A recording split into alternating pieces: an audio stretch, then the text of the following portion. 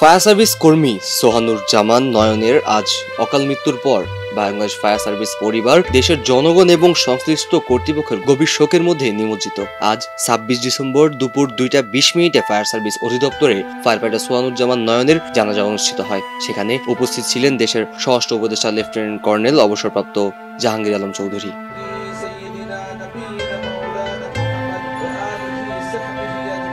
নয়নের মৃত্যু একটি জাতীয় হৃদয় বিদারক ক্ষতি, যিনি কর্তব্যরত অবস্থায় বাংলাদেশের মানুষের নিরাপত্তা নিশ্চিত করতে গিয়ে জীবন দিয়েছেন। তার মৃত্যুতে প্রশ্ন উঠেছে, ফায়ার সার্ভিসের কর্মীরা যখন আগুন নেভাচ্ছিল তখন পুলিশ রাস্তা বন্ধ করেনি কেন? স্বরাষ্ট্র উপদেষ্টা লেফটেন্যান্ট কর্নেল মোহাম্মদ জাহাঙ্গীর আলম চৌধুরী নিজেই এই ঘটনার দায় স্বীকার করে বলেন, আমার একজন কর্মী মারা গেল, এই ব্যর্থতা আমার নিজের। তিনি বলেন, এই ঘটনার বিচার হবে এবং ভবিষ্যতে যেন এমন দুর্ঘটনা না ঘটে আমরা সেই ব্যবস্থা নেব।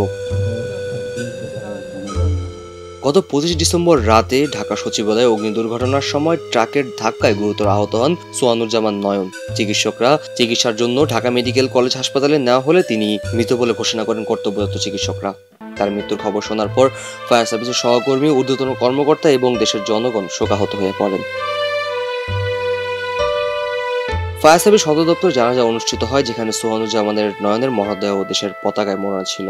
এই সময় ফায়ার সার্ভিস ঊর্ধ্বতন কর্মকর্তার চোখে অশ্রু নিয়ে তার প্রতি শ্রদ্ধা জানান।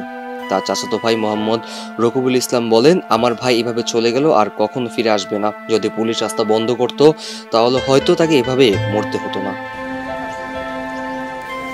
এদিকে বাংলাদেশ সচিবালয় ৭ নম্বর ভবনে অগ্নিকাণ্ড ঘটনা তদন্তে সরকার ৭ সদস্যের তদন্ত কমিটি গঠন করেছে। এই কমিটি আগামী ৭ কর্মদিবসের মধ্যে প্রতিবেদন জমা দিতে হবে। কমিটির আহ্বায়ক হিসেবে মন্ত্রিপরিষদ বিভাগের অতিরিক্ত সচিব মোহাম্মদ খালেদ রহিম এবং সদস্য সচিব হিসেবে গৃহায়ণ ও গণপূর্ত মন্ত্রণালয়ের প্রতিনিধি নিযুক্ত করা হয়েছে। কমিটির কার্যপরিধির মধ্যে অগ্নিকাণ্ডের উৎস এবং কারণ উদ্ঘাটন, দুর্ঘটনার পিছনে কারো ব্যক্তিগত বা পেশাগত দায়িত্ব আছে কিনা তা নির্ধারণ এবং ভবিষ্যতে যেমন এমন দুর্ঘটনা প্রতিরোধের সুপারিশ করা থাকবে। ফায়ার সার্ভিস ও সিভিল ডিফেন্সের তথ্য অনুযায়ী ২৫ ডিসেম্বর রাত ১:৫২ আগুন লাগার খবর পাওয়ার পর ফায়ার সার্ভিস ৮টি ইউনিট ঘটনাস্থলে পৌঁছায় এবং এরপর ইউনিট সংখ্যা বাড়িয়ে ১৯টে করা হয়। সকাল ৮:০৫ আগুন নিয়ন্ত্রণে আনা হয় এবং দুপুর ১:১৫টায় আগুন পুরোপুরি নিভিয়ে ফেলা হয়। কাজী মোহাম্মদ আরাফাত, খবরের কাগজ। সবাই যখন জোয়ারে গা ভাসায়, কেউ কেউ ঘুরে দাঁড়ায়। সময় হারতে শেখালেও কেউ কেউ চ্যালেঞ্জ ছুড়ে দেয়। পক্ষপাতের ভিড়ে আজ থেকে কোনো পক্ষ নয়, খবর হবে নিরপেক্ষ। বানোয়ার তথ্যবাদ, খবর হবে নিখাদ। ভেঙে গুজবের শিখ, খবর হবে নির্ভীক। এলো খবরের কাগজ, নিখাদ, নির্ভীক, নিরপেক্ষ।